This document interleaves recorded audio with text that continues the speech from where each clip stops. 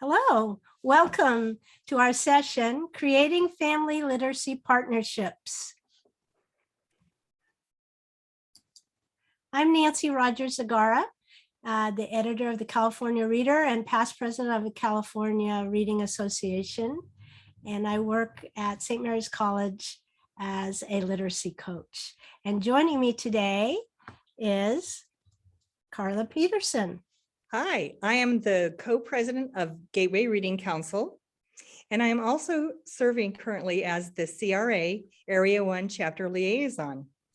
I am a special education teacher with the Santa Rosa City Schools. And today we want to share with you how to create a literacy culture for your students and families. We found this to be a really important topic, and Carla and I have been working on this on and off for about 10 years.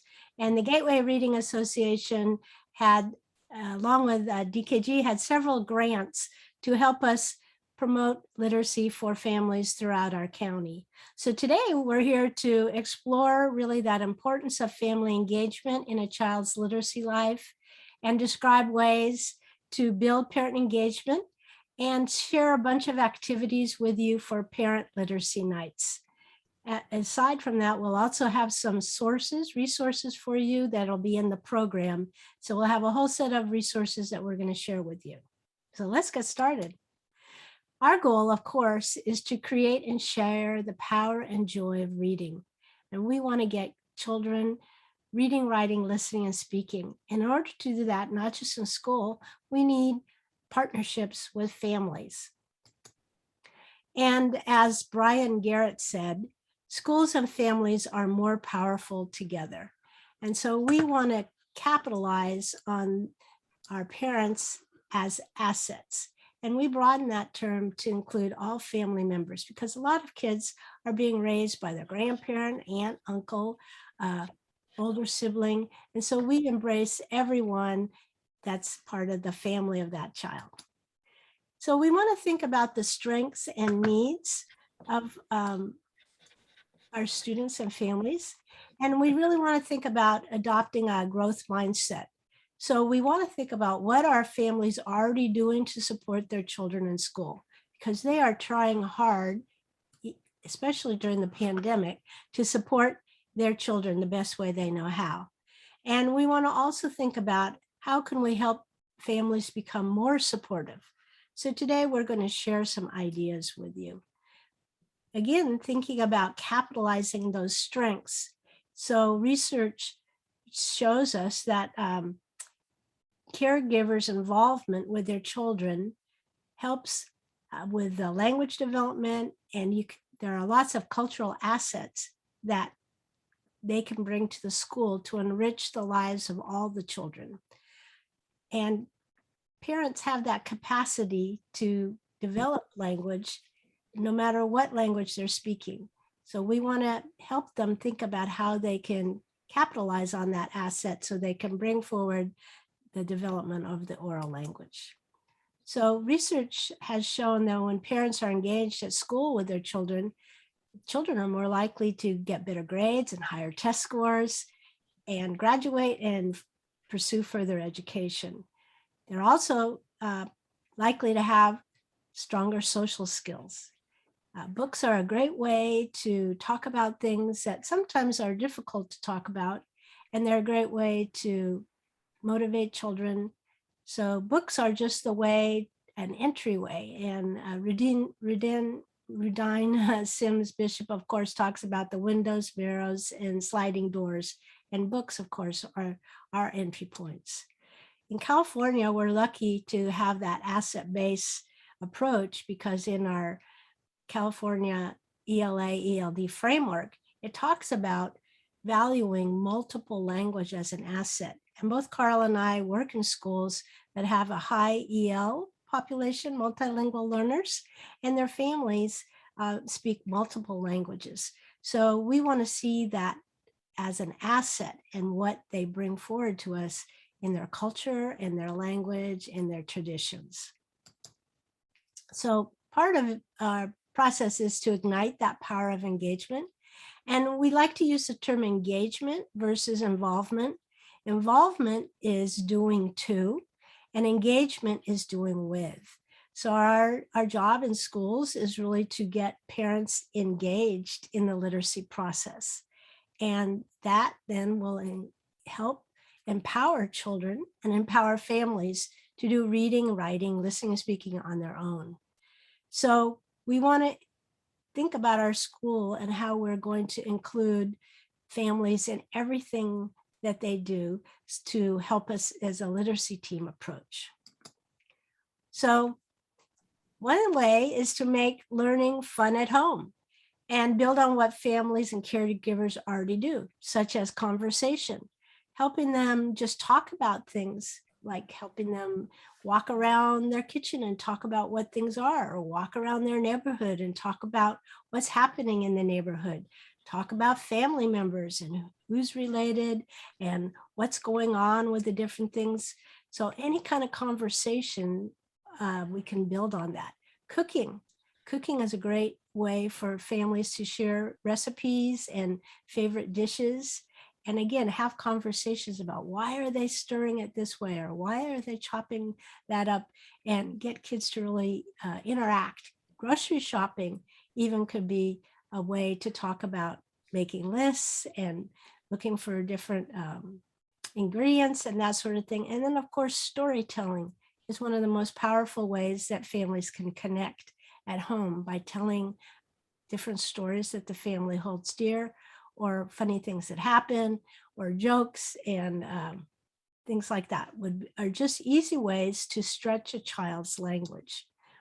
So again, as we talked about fostering that oral language and vocabulary development, to get parents just to talk and then listen to what the children say.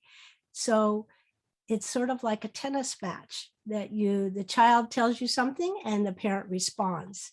And then the child tells you something else and the parent responds. So we want to get parents just listening to their children and responding to them about what they say, having a nature walk as they go around the neighborhood, letting their kids ask them lots of questions. So again, part of that will be creating a literacy environment at home with lots of books, and getting them to foster writing a grocery list, or writing down ingredients that they need for planning a meal, or menu planning, or going to the movies, or menus, all those daily things families can do to help increase language development. So one of the other things is we want to really build trust and make sure that our schools are welcoming environments. Sometimes families that speak a different language don't really feel welcome at the school. So it's really to our best interest, if we're really cognizant of that and thinking about how we can make our school as welcoming and our classrooms as welcoming as possible. So one idea is to evaluate your school's welcoming IQ. So there are some ways that you could, as a staff, think through and see how people are treated, for example, when they entered the school door. Is it a friendly environment? Is there kids, students work up on the walls? Do they have books all around in the office? Are the staff members friendly and are willing to be courteous to families that don't speak the language? Do you have translators available? You have a family liaison that's going to make that family feel like they're part of the community right away. So also the physical environment. Are the entrances well marked in different languages? And are the signs in different languages so families know where to go and what to do? Another thing is to make sure, I think most schools do this, to make sure that the materials are written in lots of different languages. So you have those available right in the office, and have bilingual folks at the office that can answer all their questions, or get someone who can answer the questions if not. So thinking again about what is your sign-in procedure for visitors? Do you already have name tags made up for your families? Is there an orientation for that new family? So one of the things we tried to do at school was to have a mentor family member match up with some of the other newcomers to our school so they would feel welcome and have someone to talk to in their own language. So another thing is to make sure that your bulletin boards have photos of people in the community in the school, and have the materials, again, as I said, in maybe different colors for different languages, so they know right away. They could go over and pick up the pink page that's going to be in Spanish, and the yellow page is going to be in Cantonese, or green page is going to be in Cantonese, or whatever it might be.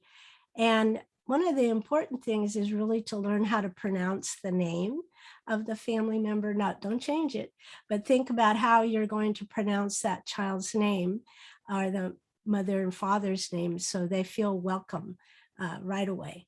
And again, make sure that your school handbooks and calendars and notices are in multiple languages, so right away they feel like they're part of the school. And of course, you're going to have a bilingual basket of books in your office. So during the pandemic, we really relied on parents a lot more. And I enjoyed it because I was working with a student and I got to know all about her family by Zooming in every day. I learned about the dog and the mom and the dad and the siblings and what they were eating and cooking. And it was really a whole new dimension. And I realized how important parents were in supporting it. So SEAL has a family interview that you might use during distance learning or a regular face-to-face, where you can really get a handle on who are the family members, what are the languages they're speaking, who are the caregivers, is it a grandma or auntie, and then different things that can help you understand a little bit about the child's interests. So one of the things might be a family inventory like that. And you'll find out if there's siblings that might be able to read the stories with your children. If you have younger, they might be able to partner up. So again, broaden that definition, have lots of these welcoming books like School is More Than a Building, which talks about how all the families build a school. And it's not just the teachers, the principal, and the students, but it's the whole community of the school. So that's a fun book to have in your office or in the school. Another is to have different days for parents, like donuts for dads, or muffins for mom. Now we don't maybe say that, we just have family and friends that come for something fun, for coffee. But you can get a lot of information of what the parents want to have for their children. So create a social event where you can get input from your parents and find out what they want to do. Again, the school volunteer form, everybody has something they can do. So they might be in a band and they might be able to help your school have an assembly with the band that they have. Or some moms might be great at really sewing or photography or dancing. So don't just think about a limited activity, but enlist your parents and help them bring all those skills and assets to your school. So one way to foster that family inclusiveness is to have a literacy team. And hopefully you'll have literacy team members that are family members too. So get them on your school team, as well as the teachers and the families. And so one way that we found is to create literacy events throughout the entire school year, not just a one-time literacy night, but throughout the whole school year. So we're going to quickly talk about some of the different events that we have actually helped promote, and ideas for you to try out with your school. So one of the first things that is really to get them connected with your school, cultural storytelling. And we'll go through that in a minute. But engagement means that there's a real commitment. It's long-term. And so we asked the families what kind of nights they would like to have. And these are some of the nights the families talked about having. So again, here's that grant that we had. You can see Carla was with me for all of these, and we did these for 3 years, and it was a 3-year grant for Title I schools, and we modeled the strategies always with the parents and the kids. So the literacy night was selected, and the key here is that the children attend the literacy night with their parents, because we want the parents to practice. So we model and the teachers help us. We model and then the parents practice, and then we give them a chance to try it out again right there in the literacy night all by themselves with their children. So the children are hand in hand right there with their family members. And then there are always some resources to take home to practice at home. So whatever we modeled and they did the guided practice, a little bit independent, then they'd go home and try it again. And also have that calendar of events ready to go. So we're always, part of the session is always to encourage that conversation of talking, listening, modeling, expanding, again, that idea of serve and return. So we practice with parents, having them listen to their child and respond to their child, just on simple things to get as an icebreaker to get things going. Because the study finds that it's not just the number of words that a child hears, but it's the conversational time that's spent between the parent and the child that really increases achievement. So we always start out with a book, and it might be setting a positive tone with a read aloud like All Are Welcome by Alexandra Penfold. Or then we might model other books, and then we would, for example, make a book together. And then we have a family activity that they take home. And this is a great one from West Ed, which is called the Joyful Reading Template. And it incorporates all different sorts of things, such as poetry, visual arts, kindness, mindfulness, movement, that you can expand out from the literacy activity. And this is a great way for families to pre-plan how they're going to do these various things at home with very simple things that they have in their house. So our first one would be developing that homeschool connection. And we try to get parents right away to get a part of a lending library, either at school or at the public library. We also have a junior college and Sonoma State in our area, and also book swap clubs are great to have parents bring books and swap books. So we're trying to build that library at home.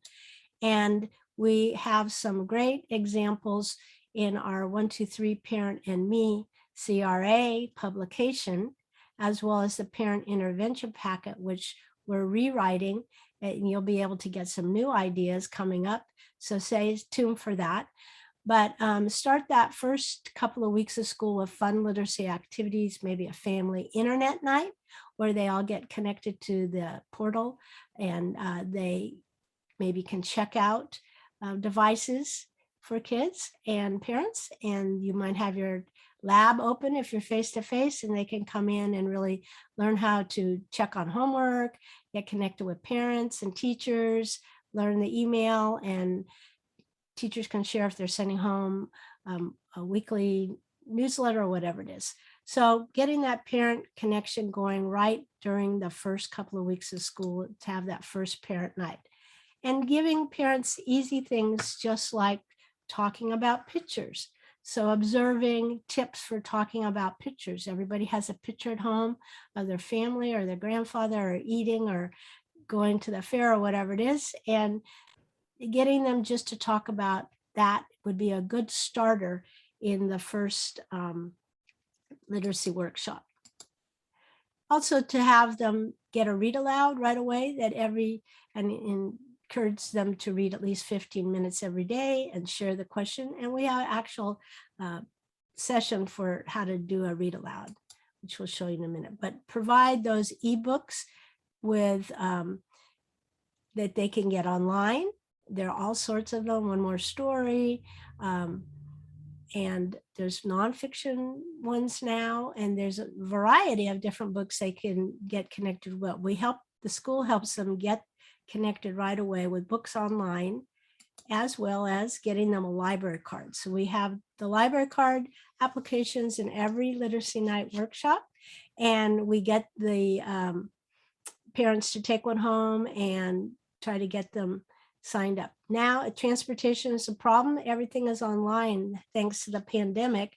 Sonoma County has a wonderful, county library system has a wonderful online system now that you can check out books and go pick them up, or use these other things. So that's another way to help build that library right from the get-go. And they also, Sonoma County has free playaways. So if a child, their parents can't read to them, we have several parents that really, they may not be good readers themselves, but there are audio players and they have books for kids to check out.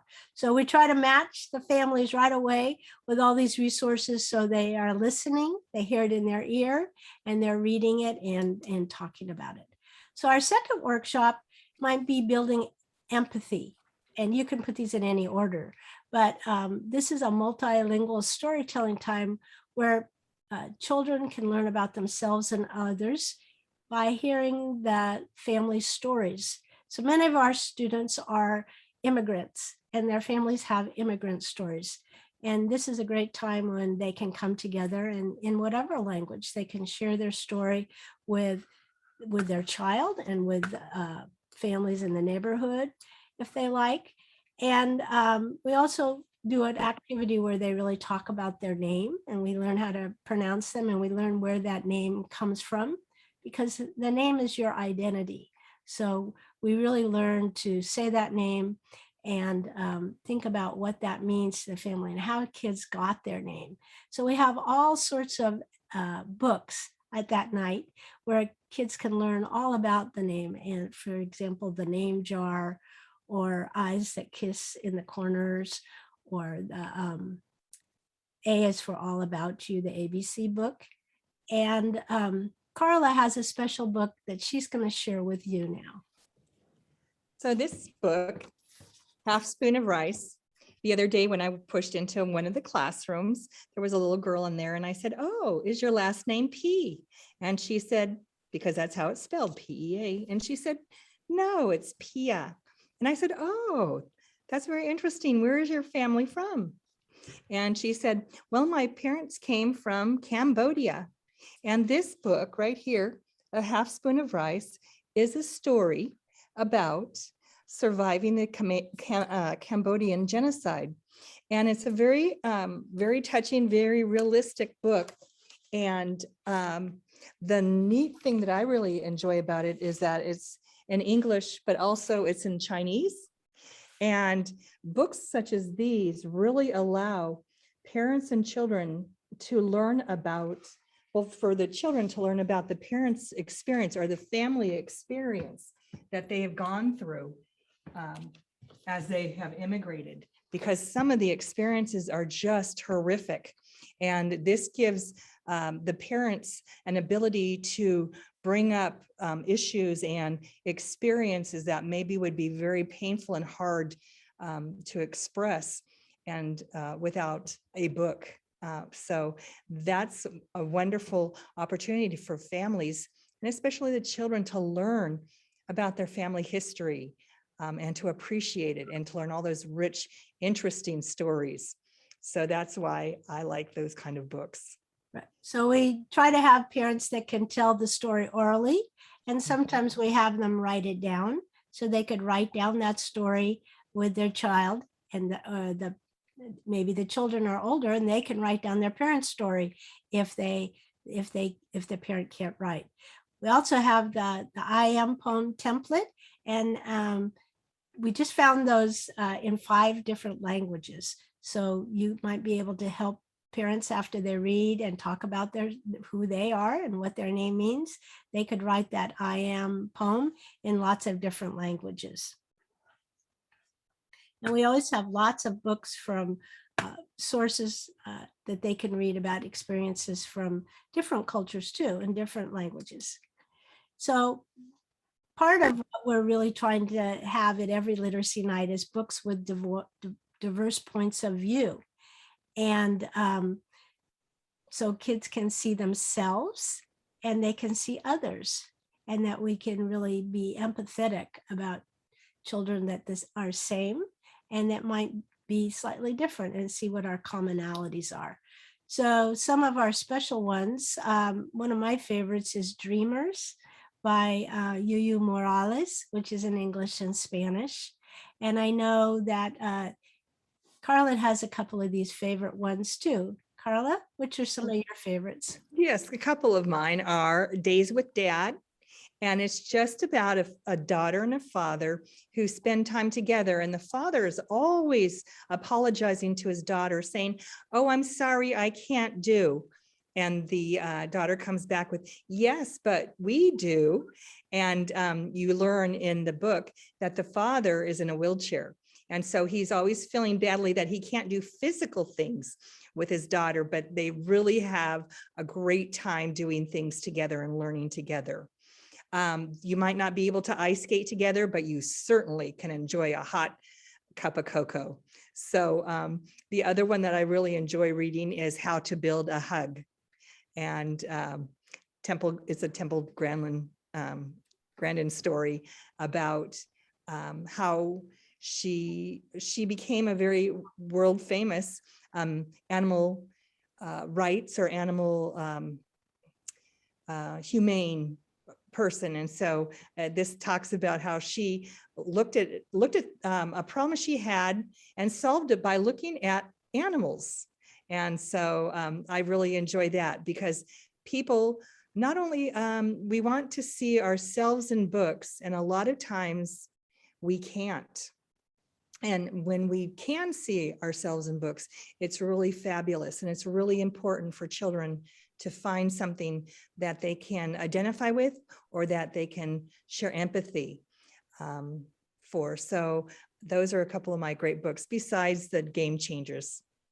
That's one of my favorite ones with Serena Yes. Venus Williams. And that's I love the cover and the story that just shows some role models of kids that maybe thought they couldn't, but look what they could do. And they're just terrific role models for our students. So we always have these around in the library or wherever we are having that literacy night, so kids could go over and read the books with their parents. Also, I love the Jacqueline Woodson book, The Day You Begin. And that's a great book for the beginning of school. And sometimes we read that book at one of the first ones. So again, have diverse books and think about the library that you have in your classroom, making sure that it's up to date and reflecting all the kids that are in your school or in your class. So weed out some of those other books and maybe purchase some at CRA for those that are on some of the authors that you might hear on Friday night. So Carla also wants to talk to you about a couple of other books here. So the California Young Reader, the Eureka Children's Nonfiction books are books that are fiction books, and all kinds of fiction. As you can see on this slide, you can see that there's everything from biographies to poetry to science, history, social studies. Even cookbooks in the past have been a Eureka winner. And this is so important for children to learn and read nonfiction writing. They actually love nonfiction. They love science and they love history and social studies. And it's so important that they get a very diverse reading experience, that they get choices. Choices are so important. And so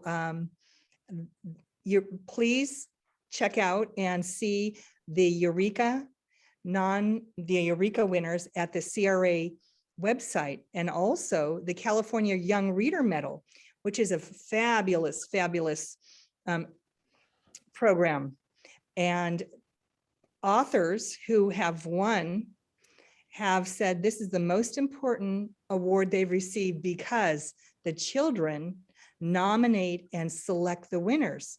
And there's the different categories like picture books and picture books for older readers, and primary books and middle and young adult books. So there's really a variety of books. And I do have a couple of Eureka books right behind me, and we'll talk about those in a few minutes again.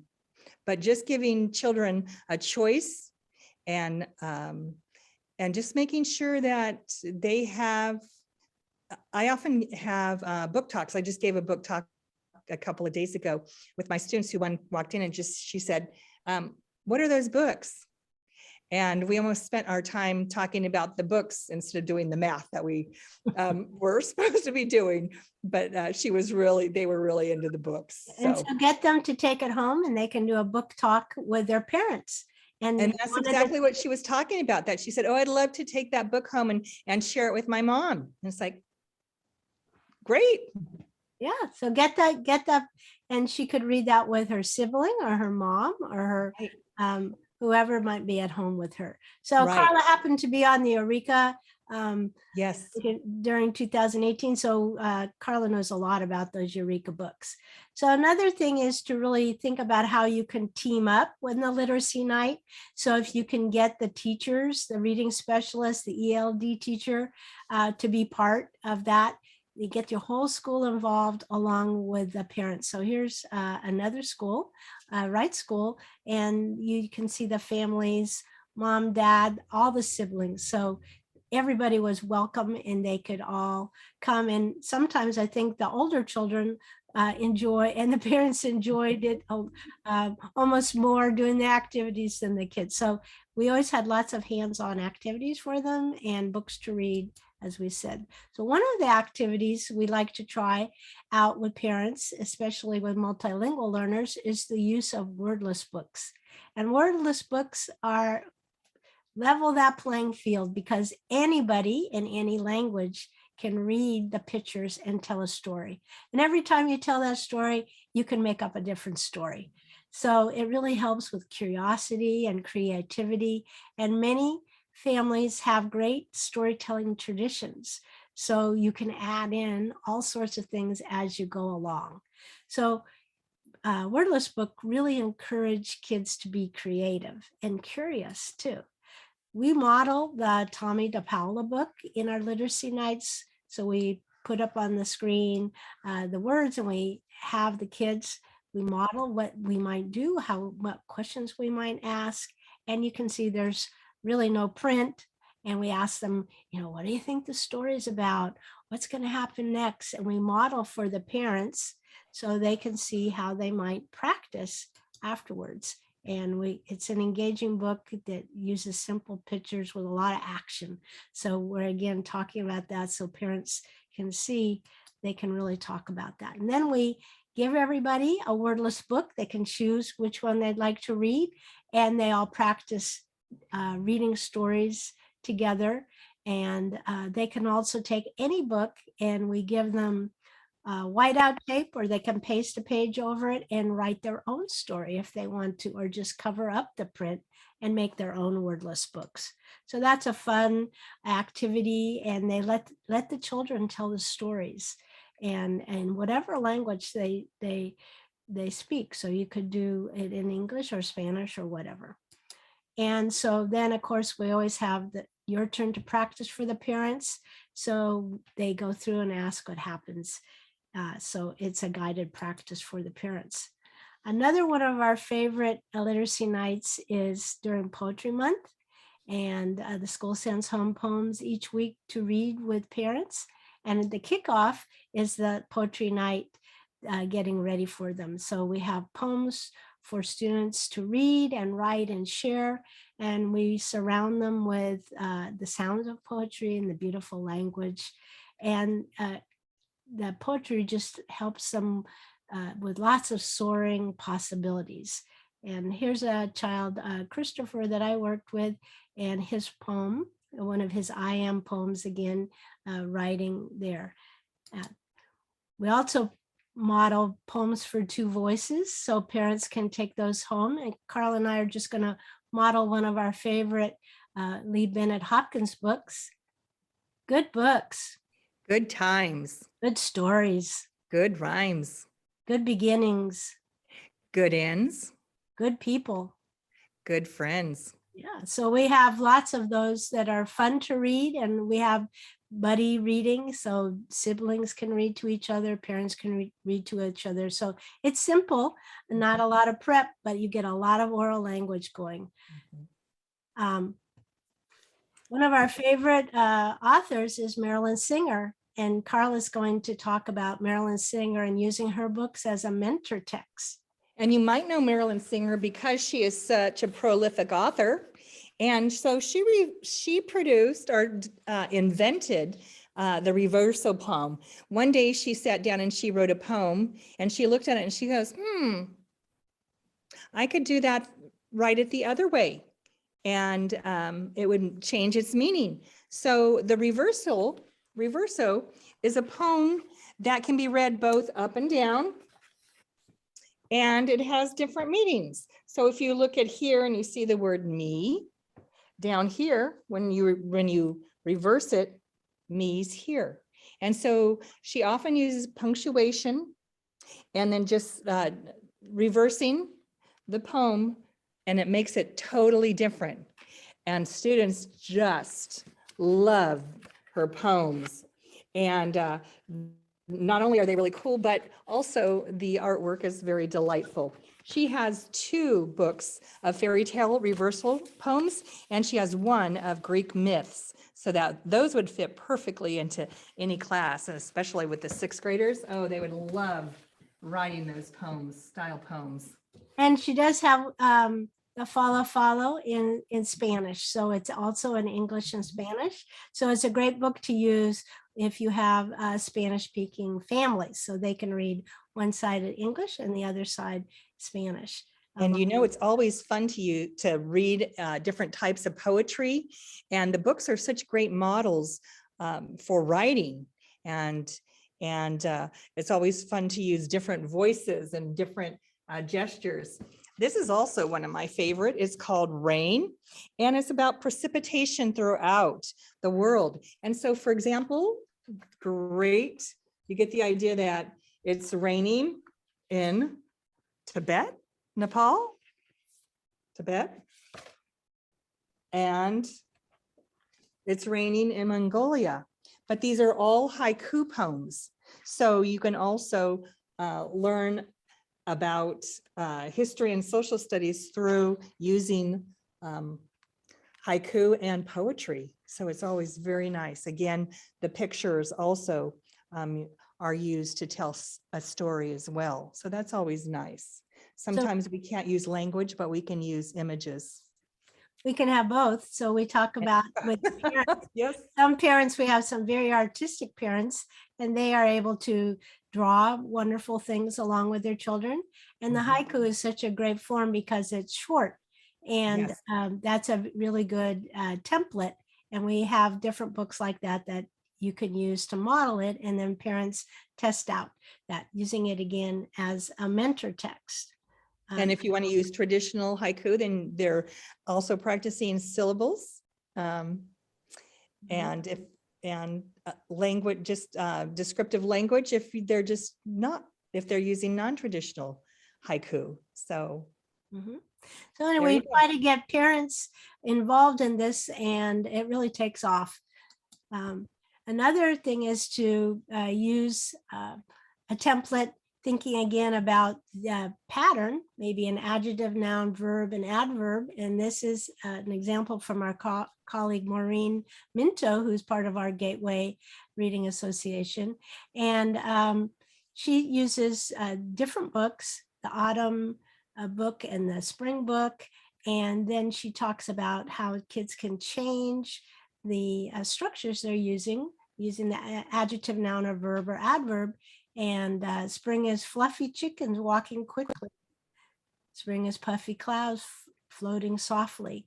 And the kids get to then illustrate it and talk about it and read it back and forth, and they read it with their parents. So the parents get to hear the children, and they can read one line, the child can read the other line. So it kind of becomes a poem for 2 voices too. You can do it that way.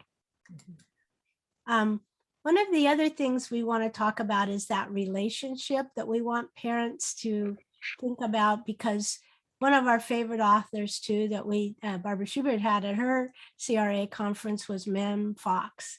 And she wrote the fabulous book, Whoever You Are, which is talking about kids all around the world.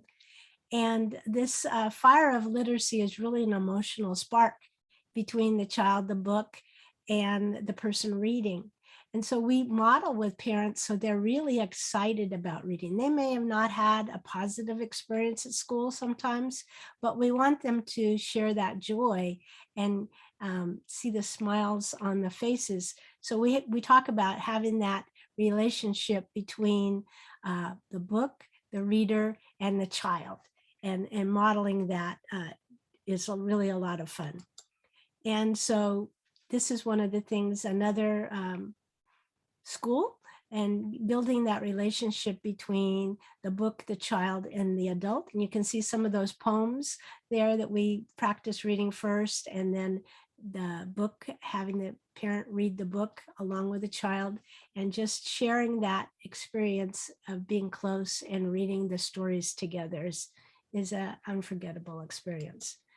And oftentimes we practice with different books using their voice or body to make the reading come aloud with different voices. So the dads love to get into this, and they really like to read some of the stories with deep voices or animal voices or whatever, making them sound like different animals.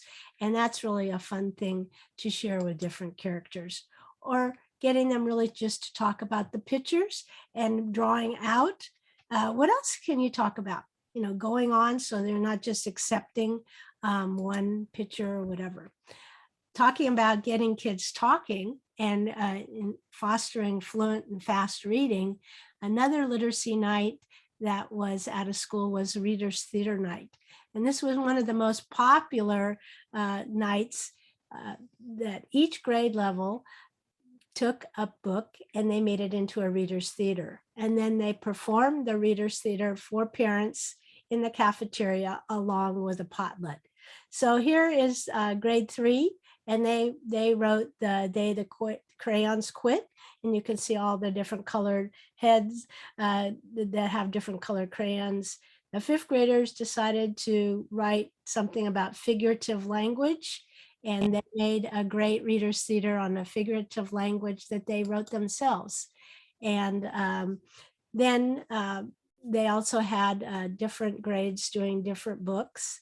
And there were so many parents that wanted to come to hear their kids perform the reader's theater and to have a potluck that they had to set up extra tables outside. So this one was a really huge success, about over 120 parents that came along with their kids. And here's a 1st grade class who actually the teacher became the narrator, but they all made puppets to go along with The Mitten by Jan Brett. And the 1st graders acted out the story and said different parts of the story as they went along. And another great thing for Literacy Night is to get that enthusiasm going by perhaps combining Literacy Night with a book fair, which you've probably done. But in this case at Bellevue School, they had the school mascot go around to all the classes beforehand, reminding them about Literacy Night. And that really got a lot of the kids excited to come and see the bulldog mascot at your family Literacy Night. So making it fun, making it joyful is part of what we're doing. And you can see other families reading stories together and interacting.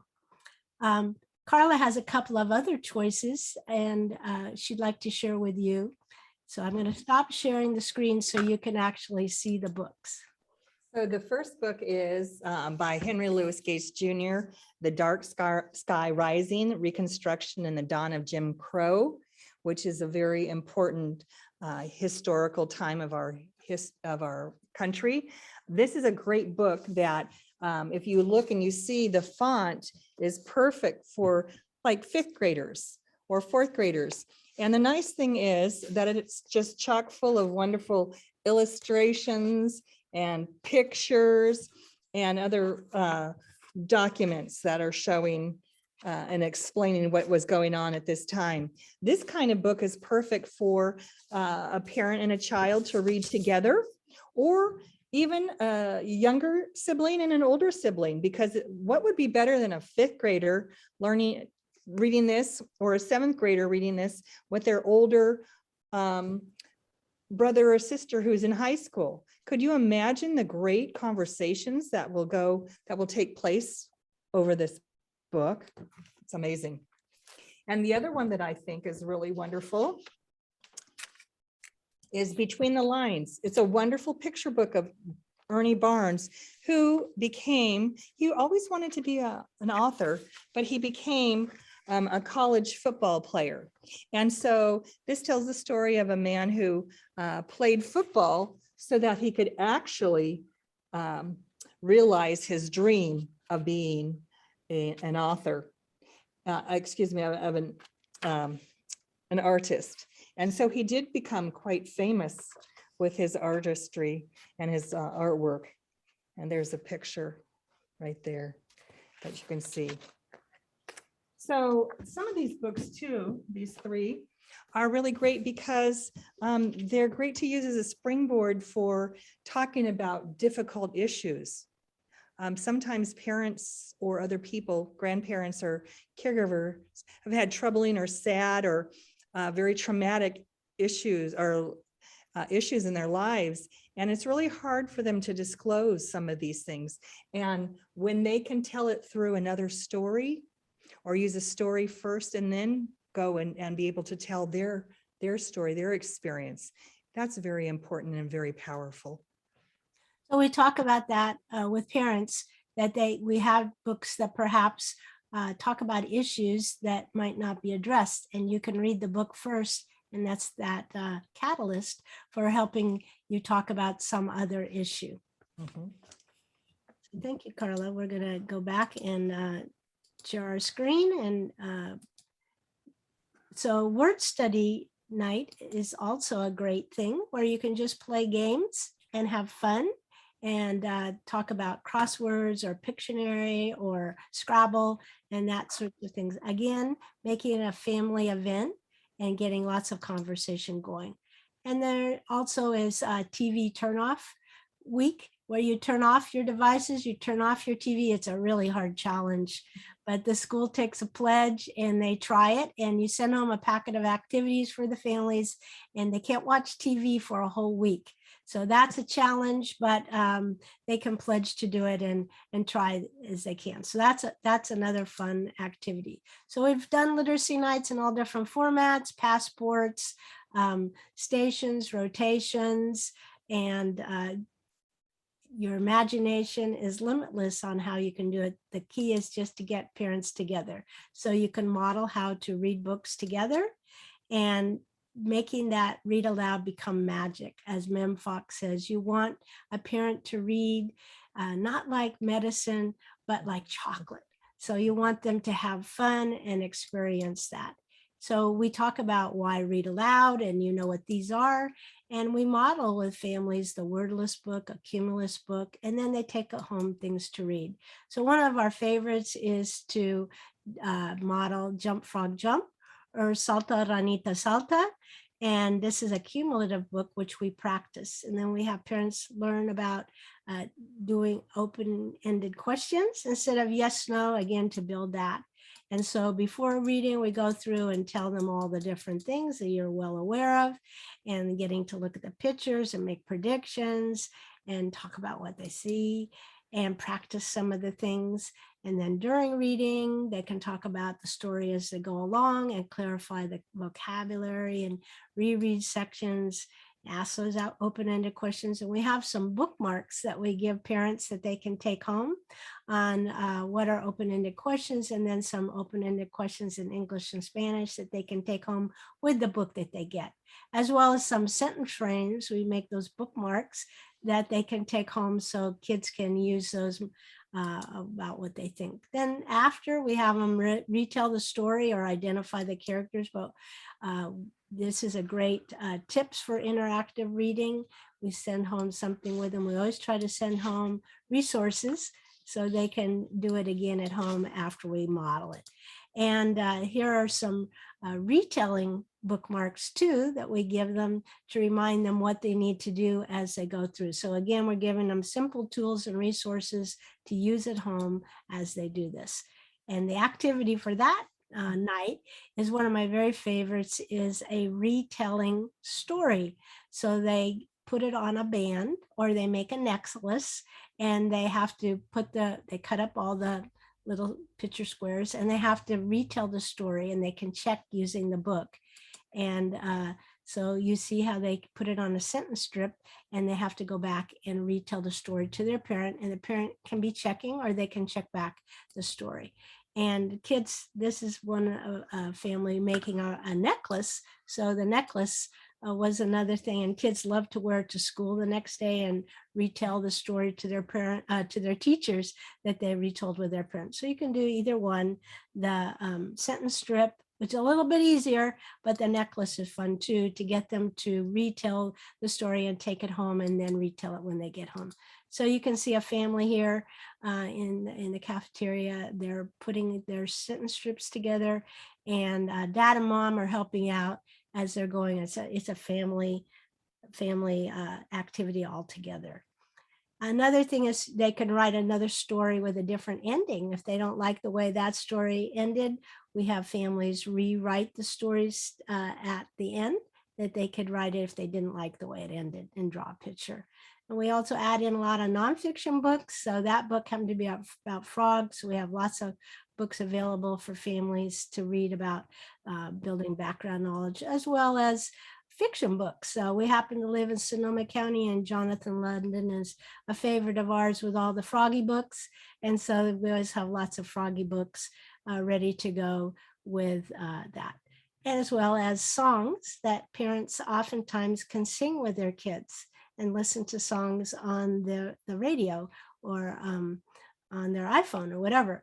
And so we really want to make this a positive thing in schools that's ongoing, and engaging parents, helping them understand how they can really be a partner, and it's really easy and fun to do. And so our parting words: families engaging in reading become your partners. So plan the activities, invite them in, encourage them, give them the resources, and we'll all be stronger together. So thanks for joining us today. You can find the resources on the Gateway Reading Council website. You can also look for the resources. That everything we've talked about today will be in a handout that's in the program, in the CRA program for the conference. So thanks again. Look forward to seeing you at another time. If you'd like to contact us, here's our email. Thanks. Bye. Bye.